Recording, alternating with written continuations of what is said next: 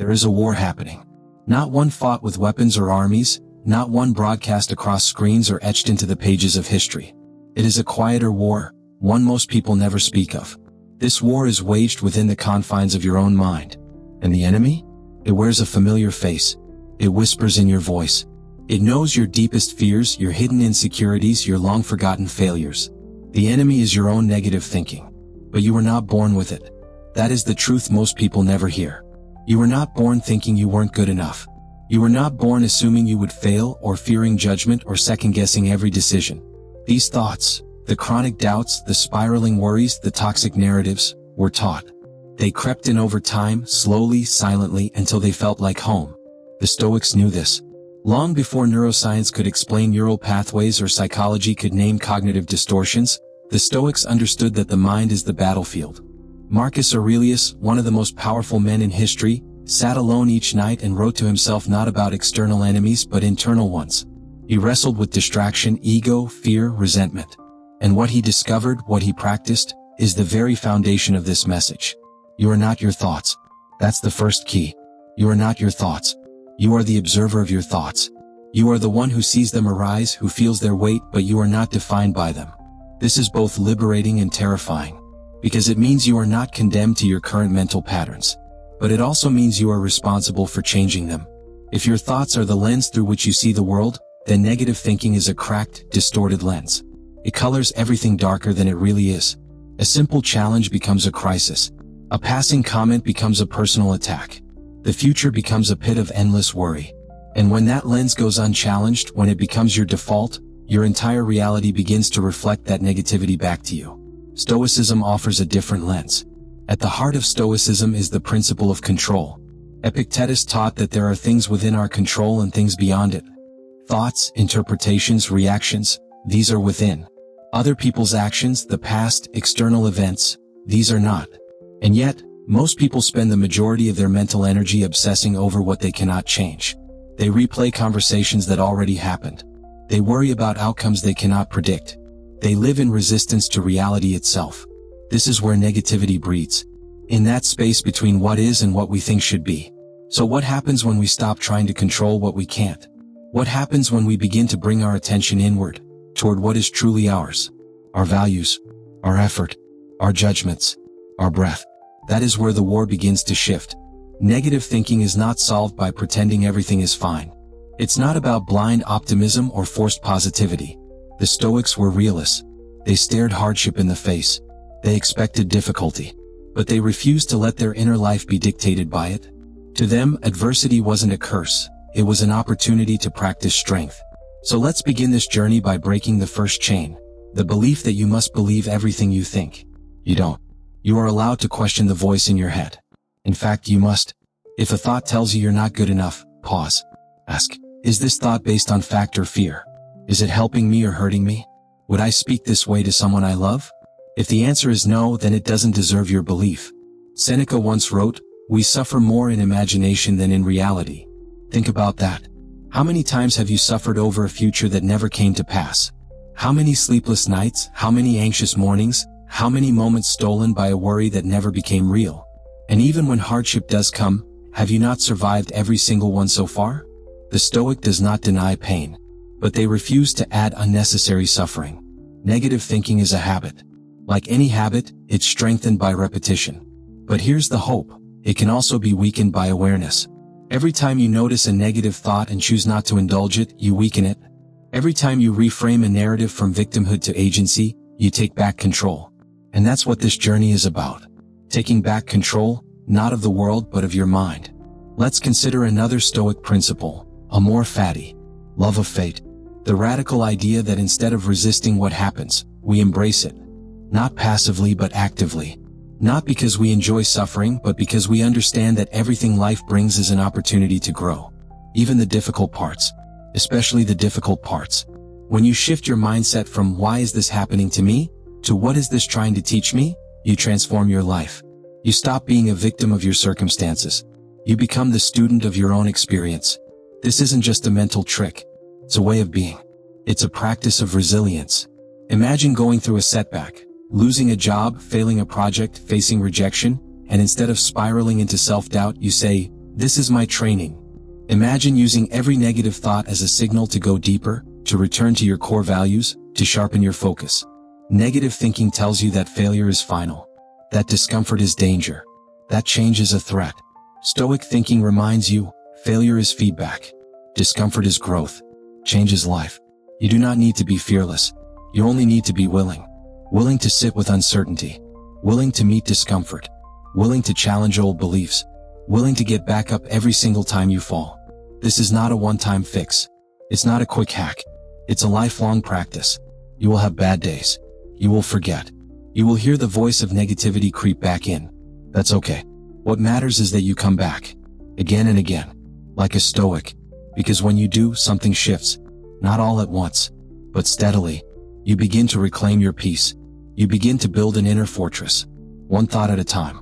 And inside that fortress, no fear can reign. No doubt can dictate your worth. No external chaos can steal your clarity. This is the power of killing negative thinking. Not by force but by understanding. Not by suppression but by transformation. You begin to see that the real battle was never outside of you. It was always between the version of you that believes the lies, and the version that knows the truth. And now you are choosing the truth. To change your thinking, you must begin by observing it. Not judging. Not reacting. Simply observing. This is where many people falter. They hear about positivity and mindset and assume the goal is to feel good all the time. But the Stoics knew better. Their aim was not comfort, it was clarity. Clarity begins with awareness. What do you say to yourself when you wake up? What is the first thought that enters your mind? Does it energize you or weigh you down? Throughout the day when things go wrong, do you spiral into blame, shame, anxiety? Or do you pause? Do you breathe? Do you return to what you can control? Your mind has patterns. Most of them you did not choose. They were installed by your upbringing, your environment, your trauma, your culture. But what you didn't choose, you can still challenge. And what you challenge, you can change. Here's a truth that's hard to accept. No one is coming to fix your thinking for you. There is no guru, no book, no video, even this one, that can do the inner work for you. What this can offer is a path. But you must walk it. You must show up to your own mind like a gardener, weeding out the unhelpful thoughts, nurturing the useful ones, tending to the soil of your inner life. And that's what this is, a kind of mental gardening. When Marcus Aurelius reminded himself, you have power over your mind, not outside events. Realize this and you will find strength. He wasn't being poetic. He was reminding himself of the most practical and urgent truth he knew. That reality is neutral. Interpretation is everything. Two people can face the same loss, the same failure, the same betrayal, and one collapses while the other becomes stronger. The difference is not in the event. It's in the frame. Your frame is your responsibility. So let's rebuild the frame. Lesson 1, you are not your thoughts. You are the thinker, the observer, the witness. Let the thoughts come. Watch them. Don't attach. Don't identify. Just watch. Lesson 2, focus only on what you can control. Your effort, your attitude, your response. Let everything else be. Lesson 3, reframe the narrative. Don't just notice the thought, replace it. If your mind says, I can't handle this, respond with, this is hard but I'm still here. If your mind says, they're judging me, respond with, that's their mind, not mine. This isn't denial. It's discipline. Lesson 4, embrace hardship. The Stoics didn't run from pain. They leaned into it. They knew that strength comes from stress. That character is forged, not given. That adversity is the raw material for virtue. So when you face something hard, ask not, how do I avoid this? But, how can I grow through this? Lesson 5, practice present moment awareness. Negative thinking thrives in time travel. It feeds on regrets of the past and fears of the future. But neither exist. The only moment that is ever real is the one you're in now. And in this moment right here you are okay. You are breathing. You are capable. Come back here again and again. Lesson 6, choose your influences wisely. Who you spend time with, what you consume, what you allow into your mental space. It matters. If you are surrounded by negativity, drama, outrage, and cynicism, it will shape your mind. Guard your inputs. Curate your environment. Seek people and ideas that elevate your clarity, not cloud it. These aren't just abstract ideas. These are tools. Tools you can apply right now, today. But you must be willing to let go of something. The identity you've built around your suffering. This is one of the hardest parts. For many, negativity becomes familiar. It becomes a story we cling to even if it hurts. This is just how I am. I've always been anxious. Nothing ever works for me. These are not facts. They are habits, scripts. And the good news is, scripts can be rewritten. But first, you have to be brave enough to put down the old story. Are you willing to live without the constant background noise of self-doubt? Are you ready to stop seeing yourself as broken, unlucky, cursed? Are you ready to stop proving your limitations and start testing your potential? Because here's the paradox. We often fear letting go of negativity not because it's painful but because it's familiar. The brain prefers certainty, even if it's miserable, over change.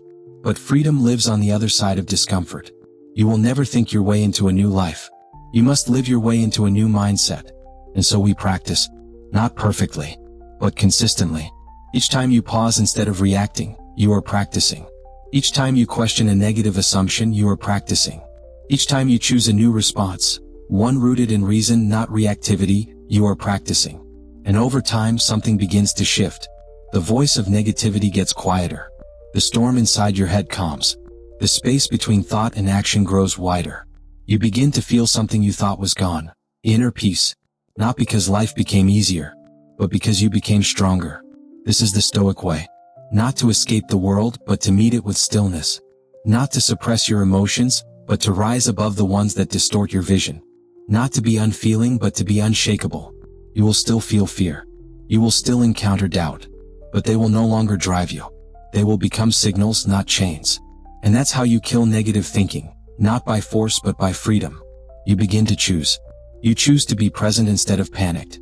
You choose to be clear instead of confused. You choose to be disciplined instead of distracted. You choose to be free. This is not a destination. It's a daily choice, a moment-to-moment practice. And it begins now. You don't need to fix your entire life this instant. You only need to take the next step in clarity, and then the next, and then the next. That is how we reclaim the mind. That is how we rise above the noise. That is how we kill the old patterns and plant something better in their place. Peace, resilience, joy. All born from silence, from stillness, from sovereignty over your inner world. It's possible. You are capable. The old story ends when you say it does.